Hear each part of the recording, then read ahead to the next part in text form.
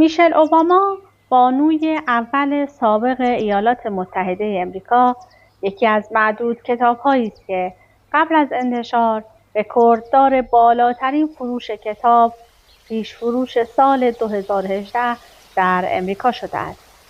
این کتاب داستان فراز و نشیب‌های زندگی مرد و زنی است که تمام زندگی خود را جنگیدند و پله‌های ترقی را یکی پس از دیگری بالا رفتند. در سراسر دنیا مخاطبین بسیاری منتظر انتشار این کتاب بودند و این به میشل قدرتی دوچندان بخشیده بود که زمان انتشار را جلوتر بیاندازد.